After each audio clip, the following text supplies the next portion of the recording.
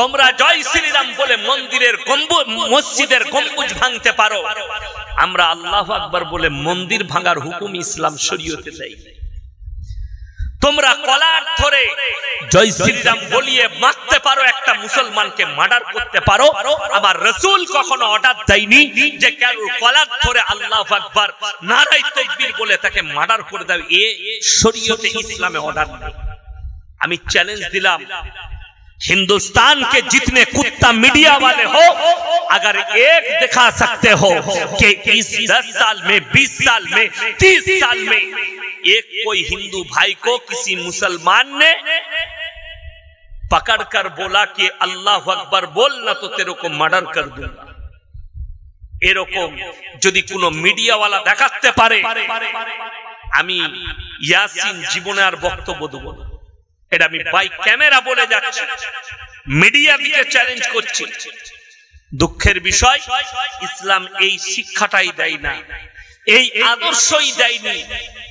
আজকে কষ্টটা বলে দিই, আপনি ইসলাম না বুঝার কারণে, মুসলমানের কাছে দ্বীনি শিক্ষা না থাকার কারণে, দ্বীনি ইলম না থাকার কারণে কতগুলো বিপদগ্রস্ত মুসলমান বলে अंध भक्तों कान खोलकर सुन लो, इस हिंदुस्तान में 850 साल तक मुगल ने राज किया, एक भी हिंदू नहीं रहते, एक भी मंदिर नहीं रहता, लेकिन अल्लाह के कृपा से उन लोगों ने कुरान और हदीस पर अमल किया, इसीलिए मस्जिद भी महफूज है और मंदिर भी महफूज है। उन लोगों ने बंटवारा नहीं किया। अभी दुख की बात क्या है बता, सब থেকে দুঃখের কথা শুনে নেই, যাদের মনে কষ্ট হচ্ছে তারা শুনে যান। এই পশ্চিম বাংলার যারা অন্ধ ভক্ত আছো তারা শুনে নাও। বলছে ভাইयो, हमारे देश में हिंदू भाई खतरे में। बड़ी दुख की बात है, प्रधानमंत्री जी हिंदू है, हिंदुस्तान के जितने चीफ मिनिस्टर है सारे के सारे हिंदू है, जितने आईपीएस है सब हिंदू है, जितने जज है सब हिंदू है। फिर भी अगर हिंदू खतरे में है तो मेरे भाई किसी मुसलमान को प्रधानमंत्री बना दो, कम से कम मुसलमान खतरे में। अरे मुसलमान के प्रधानमंत्री कर दो, कमपक्षे मुसलमानरा खतराय चले आसবে। मूर्ख বানানো হচ্ছে এবং বিদ্বেষ ছড়ানো হচ্ছে। এই বিদ্বেষটাকে আমরা মহব্বতের সঙ্গে রুখে দেব, জোরে বলুন ইনশাআল্লাহ। মহব্বতের সঙ্গে আপনি যান বহরমপুর জেলে, আপনি যান কলকাতা সেন্ট্রাল জেলে, আফিং পাচারে জেলে কে আছে? মুসলিমদের ছেলে। মদ পাচারে জেলে কে আছে? মুসলিমদের ছেলে। গাঁজা পাচারে জেলে কে আছে? মুসলিমদের ছেলে। রাজনৈতিক হত্যাকাণ্ড চালিয়েছে, জেলে কে আছে? মুসলিমদের ছেলে। তার একটা প্রমাণ দিচ্ছি, বীরভূমের বাগদুই কাণ্ড, 11টা বাড়ি আগুন জ্বলে গেছে, শিশু পর্যন্ত মারা গেছে 2-3 জন।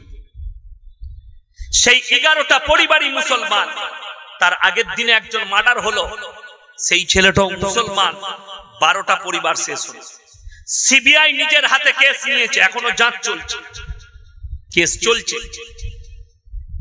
40 জনকে রেডারে নিয়ে অ্যারেস্ট করেছে। 40 আর 12 কত? কথা বলে না? এই 52টা মুসলিম পরিবার শেষ, মেরেছে মুসলমান, মরেছে মুসলমান, জেলে আছে মুসলমান। তার কারণ একটাই, এদের কাছে দ্বীনি শিক্ষা নেই, দ্বীনি চর্চা নেই, এডুকেশন নেই। আর আল্লাহ রাব্বুল ইজ্জত প্রথম আয়াত পৃথিবীর বুকে পাঠিয়েছেন, ইকরা বিসমি রাব্বিকাল্লাযী খালাক। হে নবী পড়ো, শিক্ষার উপরে পাঠিয়েছেন। কেউ যদি শিক্ষিত ছেলে থাকেন, কলম সর্বপ্রথম কে আবিষ্কার করেছে আপনি বলতে পারবেন না। একটা স্টুডেন্টকে বললে সে কারুর নাম দিবে, কার নাম দিবে? কোনো একটা বৈজ্ঞানিকের নাম বলবে। কলম যদি পৃথিবীতে কেউ আবিষ্কার করেছেন, তিনি হচ্ছেন হযরত মুহাম্মদ মুস্তাফা, সবার জোরে বলুন সাল্লাল্লাহু আলাইহি সাল্লাম। আল্লাহ কোরআনে বললেন আল্লামা বিল কলম, আমি কলমের সাহায্যে তোমাদেরকে শিক্ষা দিয়েছি। আল্লামাল ইনসানা মা লাম ইয়ালাম, যে শিক্ষাটা দিয়েছি পৃথিবীর মানুষের পুরো অজানা। গোটা কোরআন আল্লাহ অবতীর্ণ করেছেন, তার পূর্বে মানুষ অবগত ছিল না কোরআন সম্পর্কে। বেঈমান কাফেররা যারা ঈমান এনেছে, কি দেখে এনেছে? পানিটা দেন তো, ঠান্ডা কি দেখে এনেছে? তাদের ঈমান আনার একটাই সূত্র, যতজন ঈমান এনেছে তার সূত্র হচ্ছে একটাই মারাত্মক সূত্র, নবী যে কোরআন আনছে পৃথিবীর অজানা কথাগুলো নবীজি শোনাচ্ছেন। জোরে বলুন সুবহানাল্লাহ। এই বাণী জীবনে শুনিনি, এই বাণী কারুর কাছে শুনিনি, নবীজি শোনাচ্ছেন। তার মানে এটা মারাত্মক কথা, কারুর জানা ছিল না, ওই কথা নবীজি জানাচ্ছেন। তার মানে এটা আল্লাহর তরফ থেকে বাণী আসছে। আল্লাহ রাসূল সাল্লাল্লাহু আলাইহি সাল্লামের খাস বন্ধু ছিলেন হযরত আবু বকর সিদ্দিক রাদিয়াল্লাহু তাআলা। নবীজি বললেন, আবু বকর আমি একটা কথা বলবো, তুমি বিশ্বাস করবে? বলে কি বলুন? বললে আল্লাহ আমাকে নবুয়ত দিয়েছে, এটা কি তুমি বিশ্বাস করো? হযরত আবু বকর বললেন, আমি আপনার উপরে কলমা পড়লাম আর আমার দৃঢ় বিশ্বাস আল্লাহ আপনাকে নবুয়ত দান করেছেন। জোরে বলুন সুবহানাল্লাহ। এবং নবীজি বললেন, হে আবু বকর, আজ থেকে তোমার নাম শুধু আবু বকর নয়, আবু বকর সিদ্দিক মানে হচ্ছে সত্যবাদী। জোরে বলুন সুবহানাল্লাহ। এই সিদ্দিক লাকাবটা আল্লাহর রাসূল দিয়েছেন। আর সাহাবীরা ঈমান এনেছেন, ঈমান থেকে লড়ন চড়ন করার কোনো জায়গা নেই। আজকে আপনি ভেবে দেখুন, আপনার হৃদয়কে, আমি চলে যাওয়ার পরে রাত্রে শুয়ে আপনার হৃদয়কে জিজ্ঞেস করি, আমি নিজেকে মুসলমান বলে সমাজের বুকে পরিচিতি করেছি, সমাজ আমাকে মুসলমান বলে চিনে, আমার কাছে রাসূলের আদর্শ আছে কি? আমার পরিবারে রাসূলের আদর্শ আছে কি? আমার বিবির কাছে রাসূলের আদর্শ আছে কি? আমার সন্তানের কাছে রাসূলের আদর্শ দিতে পারলাম? এটা মনে মনে ভাববেন। আমি আসানসোলে বলে এসেছি, বাবা গান বাজনা ইসলামে জায়েজ হলে আমরা মৌলবীরা সর্বপ্রথম সারিতে থাকতাম ইসলামী শরীয়তে। নাচ গান যদি হালাল হতো আমরা থাকতাম, লটারি যদি হালাল হতো ইমামরা সব থেকে প্রথমে কাটতো। কেন? সব থেকে কম বেতন ইমাম। ঠিক বললাম না ভুল বললাম? ইমামরা আগে কাটতো, মৌলবীরা। তোমার জানা দরকার, যখন মৌলবীরা কাটছে না, হারাম মনে করেছে, তোমার কাছে কি করে লটারি হালাল হতে পারে? কষ্টের বিষয় কি জানে? আমি জানি না ডোমকলে কটা লটারির দোকান আছে, কিন্তু আশা করি মুসলিমরাও লটারির ব্যবসা করে। ঠিক বললাম না ভুল বললাম? হ্যাঁ। অথচ এই ব্যবসা সম্পূর্ণ হারাম শরীয়ত। যেমন আপনাকে বলে দিই, দোয়া কবুলিয়াতের জন্য শর্ত প্রথম রাখা হয়েছে হালাল খাবার। আপনি ভেবে দেখেছেন? আপনি নামাজ পড়লেন, আপনার মনে মনে হলো, সুন্নত পড়ে নিলেন, এরপর মনে হলো আল্লাহর কাছে একটু চাই, আপনি দোয়া করছেন, আল্লাহ তুমি আমাকে ক্ষমা করে দাও, আমার কারোবারে বরকত দাও, রুজি রোজগারে বরকত দাও। অথচ আপনি খাচ্ছেন হারাম খাবার, পরিবারের মুখে হারাম তুলে দিচ্ছে। মুসলমানদের ছেলেরা হারাম কি বুঝেছে, হালাল কি বুঝেছে, কিছুই জানে না। আমার বর্ধমানের কথা বলছে, হাই রোডে দাঁড়িয়েছে মুসলিমদের ছেলে গাড়ি নিয়ে, হোটেলে ঢুকেই বলছে এক বোতল মদ দে। মদ খাওয়া হয়ে গেল, এরপর বলছে মুরগির গোশ নিয়ে আয় আর রুটি নিয়ে আয়। সে বেচারা হোটেলের কর্মচারী, মুরগির মাংস আর রুটি এনেছে। তখনই জিজ্ঞেস করছে মুরগিটা জবাই না কাটা? মার হারাম খোরকে জুতো করে। এ মনে করেছে মদটা খাওয়া যাবে, কিন্তু মুরগি খেলে আমাকে জবাই খেতে হবে। আপনারা বলুন, মদটা কি? স্পর্শ করা হারাম, কাটা মুরগিটাও তোমার জন্য স্পর্শ করা হারাম। দুটোই যদি হারাম হয়, তুমি কি করে এটাকে হাতে নিলে? চলুন, আপনি এটা বুঝে গেলেন যে আমাকে জবাই করা মাংস খেতে হবে। আপনি বলুন, আপনি সকালবেলায় উঠে যদি বহরমপুরে যান, কোন অমুসলিম ভাইয়ের হোটেলে খেতে যান, আপনি কি জিজ্ঞেস করবেন? দাদা মুরগিটা জবাই না কাটা? করতে হবে না? হবে না? রেস্টুরেন্ট হলেও জিজ্ঞেস করতে হবে মুরগিটা জবাই না কাটা। আমি এই দেখবেন ইসলামপুরের আগে ঢোকার আগে একটা দেখবেন বাঁ হাতে রোডের সাইডে রেস্টুরেন্ট আছে, ছেলেরা জানে যারা মোটরসাইকেলে যায়। আমি একদিন ওখানে ঢুকেছি, তো ড্রাইভার বললে চাউমিন খাবো, চিকেন চাউমিন। আমি বললাম ভাই মুরগি জবাই? দুজন এসে সালাম দিয়ে জিজ্ঞেস করলে, বললে এটা অসুবিধা নেই, আমাদের এখানে ইসলামপুরের বাজার থেকে মাংস আসে। কথা বলে আমি সার্টিফাই হলাম যে না খাওয়া যায়, জবাই জবাই জিজ্ঞেস করতে হবে আমাকে। আপনি বুঝে গেলেন রাতের বেলা ইয়াসিন ভাই এসেছিল আমাদের মুক্তারপুরে, তিনি বলে গেছে যে ভাই না জবাই মাংস খেতে হবে। সকালবেলায় দোকানে গিয়ে বললেন ভালো করে জবাই করা 100 টাকার মাংস দে, 1 কিলো মাংস দে। কিনছেন জবাই করা মাংস, টাকাটা কিন্তু আবার সুদের টাকা, সেই একই মালদারি। কথা বুঝাতে পারলাম? আপনি বুঝতে পারেননি এখন কেন? এই জন্যই আপনার বুঝে আসবে না। আপনি মনে করছেন মৌলবি মনে হয় নিজের কথা বলছে, বানিয়ে বলছে না। এরপর চলুন কোরআনে। আমার আল্লাহ কোরআনে বললেন ওয়াহাল্লাল্লাহুল বাইয়া ওয়া হাররামার রিবা। হে আমার নবী, তোমাদের জন্য ব্যবসাকে হালাল করেছি আর সুদকে আমি আল্লাহ হারাম করেছি। আমার নবী বিশ্ব নবী বললেন কেউ যদি 1 টাকা সুদ খায়, হে আমার সাহাবীরা, নিজের মায়ের সঙ্গে 36 বার জিনা করার সমান পাপ হবে। নাউজুবিল্লাহ বলে, নিজের মায়ের সঙ্গে 36 বার জিনা করার সমান পাপ হবে। আপনি ভেবে দেখুন, বড় কষ্টের বিষয়। আপনি ভাবছেন আমি সুদ খাচ্ছি, কেউ জানে না, মৌলবীরা জানে না, অনেকজন লুকিয়ে সুদ খায়। আবার আমাদিকে দেখলে বলে ইংরেজিতে বল ইন্টারেস্ট। মৌলবীরা বুঝে না ইংরেজি। আমরা তো স্কুলে যাই না, তুই একা বুঝিস। আচ্ছা আল্লাহ বুঝে না? বুঝে না? হায় হায় হায়, যারা লুকিয়ে পাপ করছেন, যাদের মনে হচ্ছে কেউ বুঝতে পারেনি, কেউ দেখেনি, আমি সুদ খাই, লুকিয়ে খাই, না জানিয়ে খাই, আল্লাহর কসম তারা কোরআন শুনে যান। সূরা আল ইমরান প্রথম পৃষ্ঠা, ইন্নাল্লাহা লা ইয়াখফা আলাইহি শাইউন ফিল আরদি ওয়ালা ফিস সামা। হে আমার নবী বলে দাও, আসমান আর জমিনের মধ্যে যা কিছু আছে, কোন জিনিসটাই আমার আল্লাহর কাছে গোপন নেই। শুধু তাই নয়, কোরআনে অপর জায়গায় আছে কিরামান কাতিবিনা ইয়ালামুনা মা তাফআলুন। হে নবী, আমি প্রত্যেকটা নারী পুরুষের কাছে 2 জন করে ফেরেশতা নিযুক্ত করেছি। কাতিব শব্দের অর্থ হচ্ছে যারা টাইপ করে করে লেখে। ডান দিকে এবং বাম দিকের ফেরেশতা তোমাদের পাপ এবং পুণ্যগুলো টাইপ করে করে লিখে রাখবে। এটা কোরআন সব লিখে রাখবে। আর যারা মনে করছেন কিয়ামতের দিনে আল্লাহ কিভাবে প্রকাশ করবে, আমি তো অস্বীকার করব, অস্বীকারীদের জন্য আল্লাহ লাইন রেখেছেন। আর প্রত্যেকটা নর নারী সকলের কাছে আল্লাহ হিসেব নেবেন তাদের মুখ দিয়ে। এটা কোরআন। ইকরা কিতাবাক কাফা বিনাফসিকা আল-ইয়াওমা আলাইকা হাসিবা। হে আমার নবী বলে দাও, কিয়ামতের দিনে প্রত্যেকটা নারী পুরুষের হাতে তাদের আমলনামা ধরানো হবে।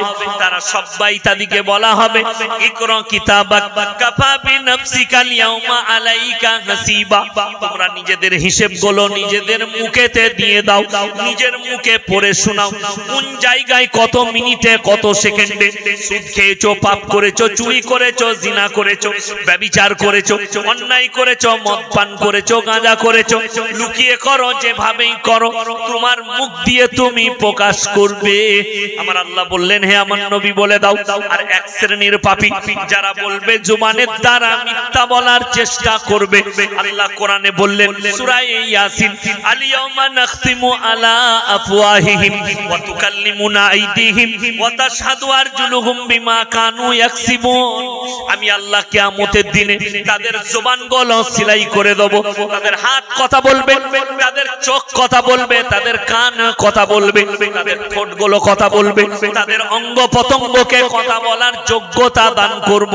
তারা সেদিনে আর অস্বীকার করতে পারবে না। এটা কোরআন। আমি তাদের মুখ থেকে উচ্চারণ করাবো, তাদের অঙ্গকে বলবো কথা বলো, যোগ্যতা দেবো, তারা কথা বলতে শুরু করবে। নারী আর পুরুষ হায়রান হয়ে যাবে। তাদের শরীর উত্তর দিয়ে দিবে আল্লাহর কাছে যে আল্লাহ এই পাপ করিয়েছিল, এই পাপে বান্দা করেছে। ওই জন্য সবাই নিয়ত করুন আমরা পাপ থেকে নিজেদেরকে মুক্ত করবো। জোরে বলুন ইনশাআল্লাহ। নাহলে আপনি বিপদে পড়বেন কিয়ামতের দিনে। আজকে দেখে মুসলমান দিন কোনটাকে মনে করেছে? আপনি মনে করছেন দিন মানে নামাজ, রোজা, তাসবিহ, তিলাওয়াত, বাস এখানেই দিন। না, দিন এইখানে সীমিত নয়। আপনার পুরো জীবন ব্যবস্থাটা যেন রাসূল সাল্লাল্লাহু আলাইহি সাল্লামের আখলাক আর চরিত্রের উপরে হয়। তবে আপনার আমার চলার মাপকাঠি ইয়াসিন নয়, এই ইমাম নয়, কোন পীর ফকির মৌলবি নয়। শুনলেন, আপনার আমার চলার মাপকাঠি হচ্ছে আল্লাহর হাবিব, আল্লাহর রাসূল এবং তিনার সাহাবী। এইটা হচ্ছে চলার মাপকাঠি। যদি বলেন ইয়াসিনকে দেখে চলুন, আপনার বিপদ, আপনি বিপদে পড়বেন। কোরআন হাদিস দেখুন, সাহাবীদের জীবনী দেখুন, রাসূল সাল্লাল্লাহু আলাইহি সাল্লামের জীবনী দেখুন, কিভাবে গুজার করেছেন, কিভাবে চলেছেন। আজকে তো ভারতবর্ষে দু শ্রেণীর মুসলমান আছে, একজন আবেগে ধর্ম করছে আর একজন বিবেকে ধর্ম করছে। যারা বিবেকের ধর্মে আছে তারাই একমাত্র ইহদিনাস সিরাতাল মুস্তাকিমের উপরে আছে, যারা আবেগের বশে চলছে তারা বিপদে। আমি গাড়িতে আসছি, জানেন প্রত্যেকদিন কতগুলো দোয়া পাই আমি? 50 থেকে 60টা দোয়া আছে। দোয়া মানে বুঝেন? আমি তো গাল খাওয়াবো, গাল দেয়। মুর্শিদাবাদ থেকেও ফোন যায়, হাওড়া থেকেও আসে, বহু জায়গা থেকে ফোন আসে, গাল দেয়। আমি তো গালটাকে দোয়া মনে করেছি। আল্লাহর কাছে হিসেব দিবে কিয়ামতের দিন, অসুবিধা কিচ্ছু নাই। কেন? একটাই কারণ। আমি হাওড়া জেলায় সেদিনে বলেছি, আমাকে বলেছে খালি তুমি ঢুকো পাঁচলায়, তোমাকে মার্ডার করবে। আমি তাদেরকে ফোন করলাম, তারা থানায় পারমিশন দিলে, প্রশাসন বাবুরা ছিল, আমার জলসা হলো, শুট আউট করবো। কেন? একটাই কারণ। আমি বললাম ভাই কোরআন হাদিস দিয়ে কথা বলো, বলে না তোমাকে মারবো। ভালো জিনিস, মারো, শহীদের দরজা পাবো, অসুবিধা নেই। তার কারণ একটাই, আমার বর্ধমান টাউনে কি 12ই রবিউল আউয়াল পালন হচ্ছে, জুলুস বার করে ঝান্ডা নিয়ে ডিজে বাজিয়ে, কে? মুসলমান। এক্ষুনি আপনাদেরকে জিজ্ঞেস করলাম, গান বাজনা ইসলামী শরীয়তে কি? আরো জোরে বলুন, কানে কালাম হারাম। যদি ইসলামে গান বাজনা হারাম হয়, তাহলে ডিজে বাজিয়ে নবীজির জন্মদিন কি করে হালাল হবে? ঝান্ডা নিয়ে। আমি বেশি কিছু বলবো না। আমাকে সেদিনে প্রশ্ন করেছে, দূর থেকে লিখে দিয়ে পাঠিয়েছি, কি যে করা চলবে না দেখান কোথায় লেখা আছে। আমি বললাম, ফেরে পড়ে গেলাম, কোথাও নাই লেখা যে করা চলবে না। তাইলে রসুলের মহব্বতে জুলুস বার করছি, আপনি বলছেন চলবে না। আমি বললাম আলহামদুলিল্লাহ। তো রসুলের মহব্বতে যদি জুলুস বার করাটা জায়েজ হয়ে যায়, তাইলে আলহামদুলিল্লাহ। আমরা 5 ওয়াক্ত নামাজ পড়ি না? পড়ি। এশার ফরজ নামাজ ক রাকাত? কথা বলে না? 4 রাকাত। আমি যদি ইয়াসিন এসে বলে যাই তোমরা কাল থেকে 6 রাকাত পড়বে, আমার কাছে কি চাইবে? দলিল। যদি দলিল চান, আর আমি যদি বলি পড়া যাবে না, কোথায় লেখা আছে মৌলবি খুঁজে পাবে? কথা বলে না? এই যে জায়গাটাই জলসা হচ্ছে, আমি যদি বলি আমার বাপের, দলিলটা কে দিবে? কথা বলে না? আমি দেবো তো। তো আমাকে যদি দলিল দিতে হয়, আর আমি যদি বলি না মুক্তারপুরের লোক তোমরা দেখাও এই জায়গাটা আমার বাপের লয়, এরকম একটা দলিল দেখাও, তো আমাকে পাগলখানায় ভরবেন না? ভরবেন না? তো তুমি যখন বলছো জুলুস করা যাবে, তার দলিল আমার কাছে কেন চাইছিস? দলিল তো তুই দিবি। একটা জিনিস ইমানদারির সঙ্গে বলবেন, আল্লাহ রাসূল সাল্লাল্লাহু আলাইহি সাল্লামকে আল্লাহ নবী সাহাবীদের থেকে কেউ বেশি মহব্বত করতে পারে? পারে না। তাইলে ভেবে দেখুন, আল্লাহর রাসূলের সাহাবীদের থেকে যদি কেউ বেশি মহব্বত না করতে পারে, আল্লাহর হাবিব চলে গেলেন আমিরুল মুমিনিন হযরতে আবু বকর সিদ্দিক রাদিয়াল্লাহু তাআলা, তিনার জীবনীতে হলো না। হযরতে উমরে ফারুক রাদিয়াল্লাহু তাআলা আনহু, তিনার জীবনীতে হলো না। হযরতে উসমান গনি রাদিয়াল্লাহু তাআলা আনহু, হযরতে আলী, কারুর জীবনীতে জুলুস বার হলো না, নবীর জন্মদিন পালন হলো না। আর কটা জিলাপি হুজুর বলছে ওকে ফোন করে গাল দে, আমরা জুলুস বার করব, তুই বার কর, কিয়ামতের দিনে তুইও জবাব দিবি, আমিও জবাব দেব। আর যদি বলে যে চলবে, লেখা আছে কোথায় করা যাবে না, তাহলে তোমাকে বলবো আল্লাহর মহব্বতে 6 রাকাত নামাজ পড়ো, ফরজ নামাজটা তোমাকে দেখাতে হবে কোথায় নামাজ পড়া যাবে না, লেখাটা কোথায় আছে। তুমি যেমন দলিল খুঁজবে আমার কাছে, আমি তোমার কাছে দলিল চাইছি। আমার ভাই, সাহাবীদের থেকে বেশি মহব্বত কেউ করেনি। জানবেন এটা আবেগে ইসলাম আর বিবেকের ইসলাম হচ্ছে রাসূল আকরাম সাল্লাল্লাহু আলাইহি ওয়াসাল্লাম তিনি রোজা রাখলেন ওই দিনে।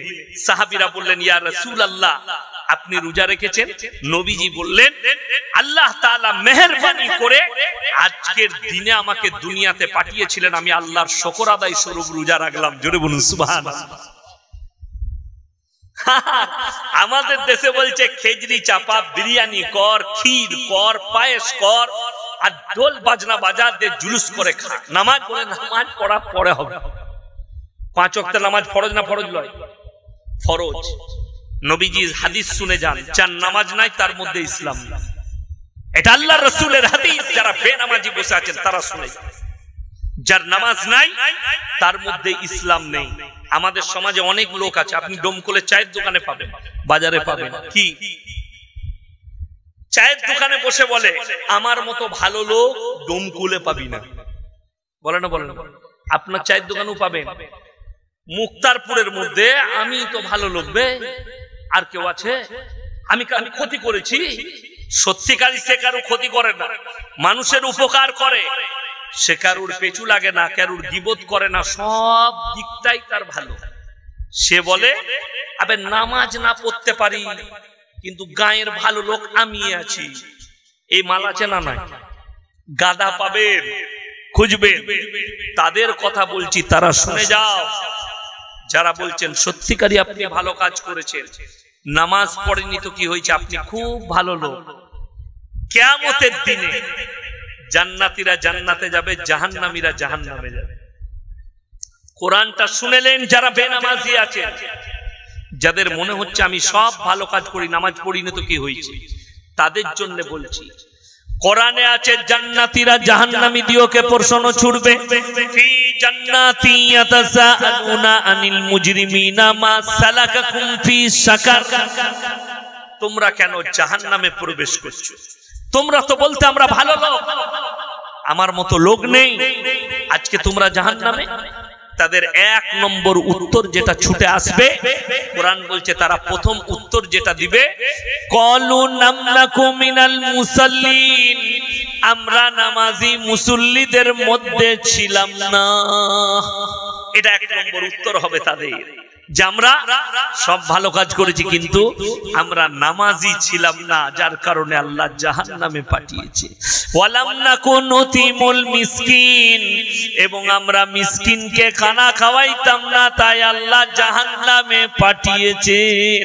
ওয়া কুননা নাখুদু মাল খাইদিন, আর দাড়ি টুপি নামাজি মুসল্লি দিকে দেখে হাসি ঠাট্টা বিদ্রুপ করতাম, তাই আল্লাহ আমাদিকে জাহান্নামে পাঠিয়েছে। দেখবেন কোন ছেলে, কোন যুবক, কোন লোক মদ খেত, পাপ করত, হঠাৎ আল্লাহ তাকে হিদায়াত দিয়েছে কোন মানুষের কথায়, সে নামাজ পড়ছে। তো আমাদের সমাজের কিছু ছেলে কি বলে, শালাকে 2 দিন নামাজ পড়ছে, দেখ শালা মদ খাচ্ছিল, শালা টুপি লাগিয়ে কেমন লাগছে দেখ। বলে না? বলে না? এই ভাষা যারা বলে, কিয়ামতের দিনে তারা বলবে, হাম दाढ़ी टूपी नमाजी यो के मजाक उड़ाने वालों में से थे, इसीलिए हमें अल्लाह ने जहन्नम में भेजा। वकुन्ना नुकज़्ज़िबु बियौमिद्दीन, আর বিচারের দিবসকে আমরা মিথ্যা বলে মনে করিতাম, তাই আল্লাহ আমাদেরকে জাহান্নামে পাঠিয়েছে। এই এতিম মিসকিনের কথা এলো, এখানে একটা কথা বলে দিই, কোরআনে অপর জায়গায় আছে, আর আইতাল্লাযী ইউকাযযিবু বিদ্দীন। ওগো নবী, আপনি কি দেখেন যে আমার দিনকে মিথ্যা মনে করত? ফাযালিকাল্লাযী ইয়াদুবুল ইয়াতীম, ওই ব্যক্তি, সেই ব্যক্তিরা যারা এতিমকে ধাক্কা দেয়। এখন আমাদের দেশের অনেক লোক আছে, সাধারণ লোক, তারা ইমামকে, মৌলবীদিকে, আমাদিকে বলে এরা 40-এর মাল খেয়ে মৌলবী হয়েছে। আমাদের সমাজে 40-এ মিলাদ হয় না? হয় না? কথা বলে না? 40-এ মিলাদ হয় না?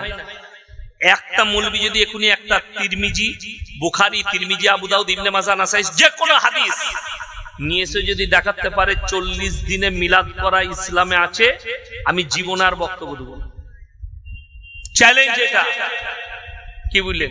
আপনি দোয়া করতে পারেন। ইমাম সাহেবকে বললেন, ভাই আমার আব্বা মারা গেছে 10 দিন আগে, একটু দোয়া করে দিবেন। ইমাম সাহেব দোয়া করে দিল সময় বুঝে, কোনো অসুবিধা নাই। আমাদের কি হয়, বাপের মিলাদ দিবে 40 দিনে, বাইক নিয়ে বুনাইকে বলতে যাচ্ছে, বোনকে বলতে যাচ্ছে, ফুপাকে বলতে যাচ্ছে, জামাইকে বলতে যাচ্ছে, বিয়াইকে বলতে, এমন ভাবে দাওয়াত দিচ্ছে মনে হচ্ছে ওর বাপের বিয়ে। কষ্টের বিষয় একটা, যদিও আপনি মাইয়াতের উদ্দেশ্যে খানা করেন, ওটা শুধুমাত্র ইতিম আর মিসকিনের জন্য।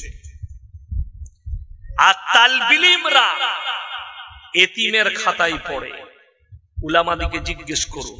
তার কারণ মাদ্রাসাটাই যখন ঢুকে যায়, সেই তালবিলিম মধ্যবিত্ত হোক আর গরিব হোক, আর সেখানে 80% এতিম মিসকিন গরিব থাকে মাদ্রাসায়, থাকে না? থাকে না?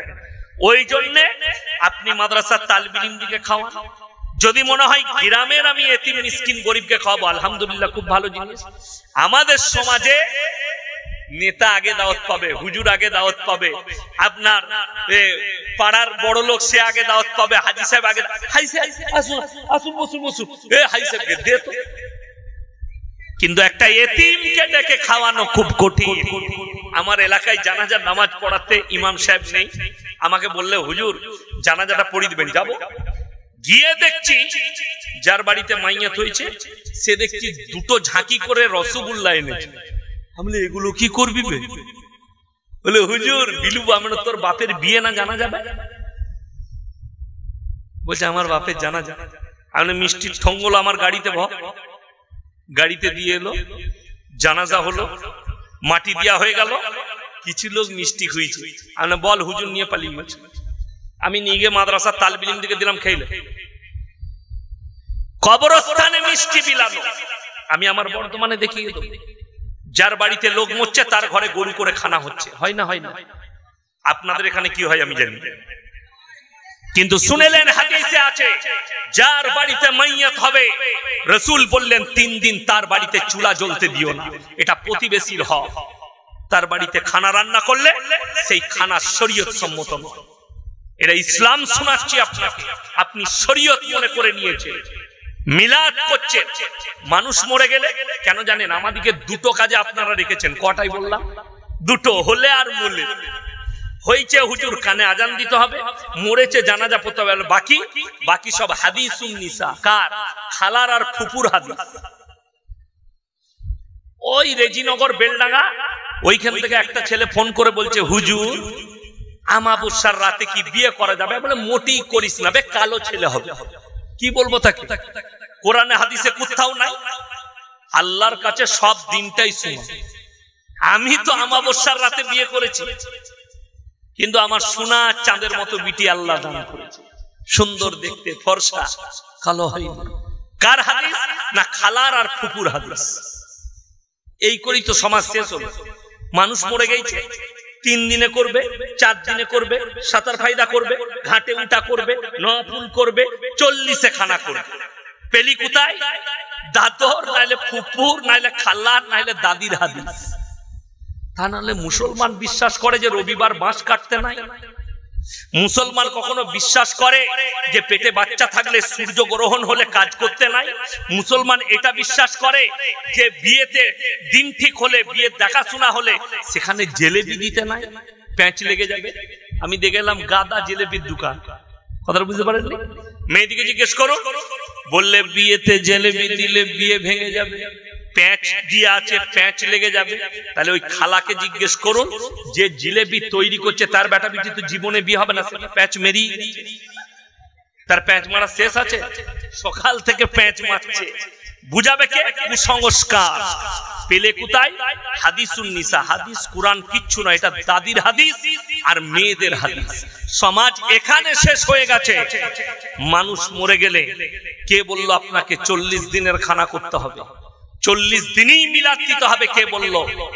আপনি যে কোনো দিন দোয়া করে দেন, ইমামের যেদিনে সুযোগ হবে সেদিনে দোয়া করবে।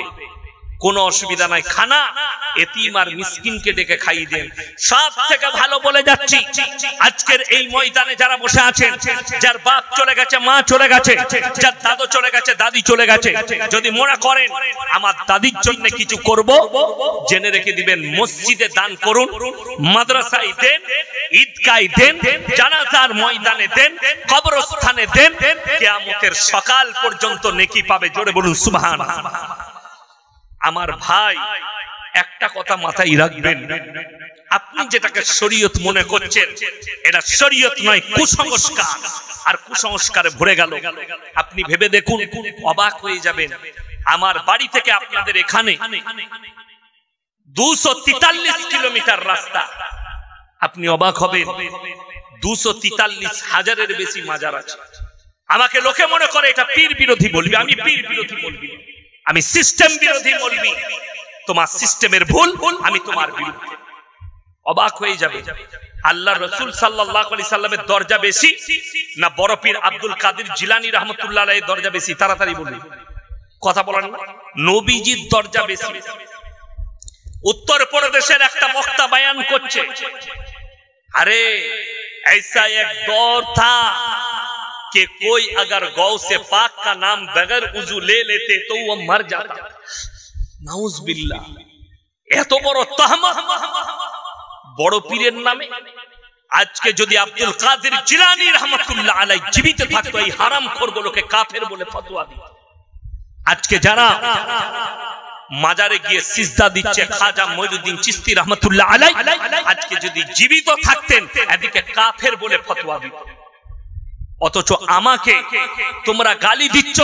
আমি চ্যালেঞ্জ দিয়েছি, আজকে আবার বলে যাচ্ছি, ডমকলের মাটিতে যদি কোনো পাপের বেটা মৌলবি থাকে, কিতাব খুলে ফেসবুকে পোস্ট করো, আমাকে হোয়াটসঅ্যাপে পাঠাও।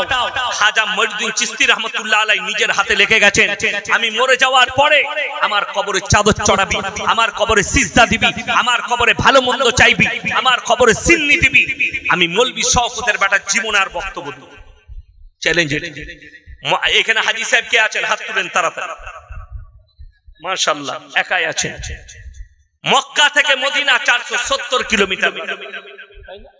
কটা মাজার দেখেন? একটা মাজার নেই। আর আমার বাড়ি থেকে এখানে 241 কিলোমিটার, 241,000-এর বেশি মাজার। কষ্টটা ওইটাই। আপনি কি বলছেন মক্কা মদিনায় ওলি নাই? আমি আল্লাহর কসম খেয়ে বলে যাচ্ছি, আল্লাহর কসম করে বলছি, পৃথিবীর সব ওলিদের ঈমান একদিকে, হযরতে আমির হামজা রাদিয়াল্লাহু তাআলা আনহুর ঈমান একদিকে। যুদ্ধের ময়দানে বুকটা চিড়ে যার কলিজা থর বার করে খেয়েছিল হিন্দা, আল্লাহ তাকেও ঈমান দান করেছিলেন। উহুদের প্রান্তরে 70 জন সাহাবীর কবর লোহার ব্যারিকেড দিয়ে ঘেরা আছে, সেখানে একজন সাহাবী শুয়ে আছেন, তিনি নবীজির চাচা যান আমির হামজা রাদিয়াল্লাহু তাআলা আনহু। তিনার মাজার নেই। হযরতে শুয়বা, হযরতে লুতবা, হযরতে উসমানে গনি, হযরতে আলী, কার মাজার হলো না? অবাক হয়ে যাবেন। আমার আব্বাজির বয়স হয়েছে 78 বছর। কত বললাম? 78। আপনারা অনেকে দেখেছেন, মাওলানা শওকত আলী সাহেবকে ইউটিউব ফেসবুকে দেখতে পাবেন। আমার আব্বাজি যদি বলে, ইয়াসিন বাপ, আমি যদি মারা যাই, আমার কবরটা আমার পাশে একটা নদী আছে, ওই নদীর মধ্যখানে দিবি, আপনার কি মনে হয় দেয়া যাবে? কেন? আমাকে জানতে হবে এই বয়সে আমার আব্বাজি হয়তো ভুল বকছেন। অবাক হবেন, বললে অনেক জনের রাগ হবে। একটা সুস্থ মস্তিষ্কের লোক কখনো তার কবর পানির উপরে হতে পারে না। অথচ আপনি জান, হাজী আলী বাবা কোথায় মারা গেছে আল্লাহ ছাড়া কেউ জানে না তার কবর কোথায়, কিন্তু বোম্বেতে পানির মধ্যখানে মাজার করে দিয়েছে। কিসের লেগে? বাজার চালাবার লেগে। আপনি অবাক হবেন, মাজারের ভেতরে বড় লোকরা যাচ্ছে BMW, মার্সিডিজ, ওডি, ফারারির গাড়িতে আসছে, 5,000 10,000-এর চাদর কিনে চাপাচ্ছে। বাবা हमको बच्चा दे दो, बाबा हमको हमारा कारोबार में बरकत दो, সব চাইছে মাজারে। বেরিয়ে যখন আসছে, চারিদিকে দুদিকে ভিখারি বসে আছে, আল্লাহ কে নাম পে দে দে। কেন? এই ভিখারিও জানে তোর পকেটে টাকা আছে, মাজারে টাকাটা না। আমি ইয়াসিন বেঁচে আছি না নাই? এখন স্টেজে বেঁচে আছে, আমার প্রাণ আছে, আল্লাহ প্রাণ দিয়েছে, এখনো বেঁচে আছে, আমি কথা বলছি। ইনি যদি আমাকে মারতে আসেন, আমার রুকার ক্ষমতা আছে না? না আছে। আচ্ছা, আমি যদি মরে যাই তাহলে আমাকে মারলে আমি রুখতে পারবো? আমাদের দেশের কিছু ভণ্ড বলছে পীর সাহেব মরে গেলে পাওয়ার বেড়ে যায়। আমাকে বীরভূম থেকে একজন ফোন করে বলছে তুমি গাছে চাপো কি করে? আমি বললাম ভাই আমি তো ডাল ধরি গাছে চাপি। তুমি ডাল ধরে গাছে চাপো, তাহলে শোনো, তুমি যদি ডাল ধরে গাছে চাপো তাহলে আল্লাহকে পেতে গেলে পিঠ ধরে ধরে গিয়ে আল্লাহকে পেতে হবে। আমি তাকে বললাম আমি যদি ডাব গাছে চাপি তা কি ধরবো বল? কথাটা বুঝতে পারেন? একজন বলছে তুমি সিঁড়িতে ছাদে কি দিয়ে চাপো? আমি বললাম ভাই আমি তো সিঁড়িতে ছাদে সিঁড়ি দিয়েই চাপি, ছাদে দুতলায়। বলে তাহলে যেমন সিঁড়ি ধরে ধরে চাপতে হয় এরকম পিঠ ধরে ধরে আল্লাহকে পেতে হবে। এমন যার ঘরে লিফট আছে সে কি করবে? কথাটা বুঝতে পারেননি?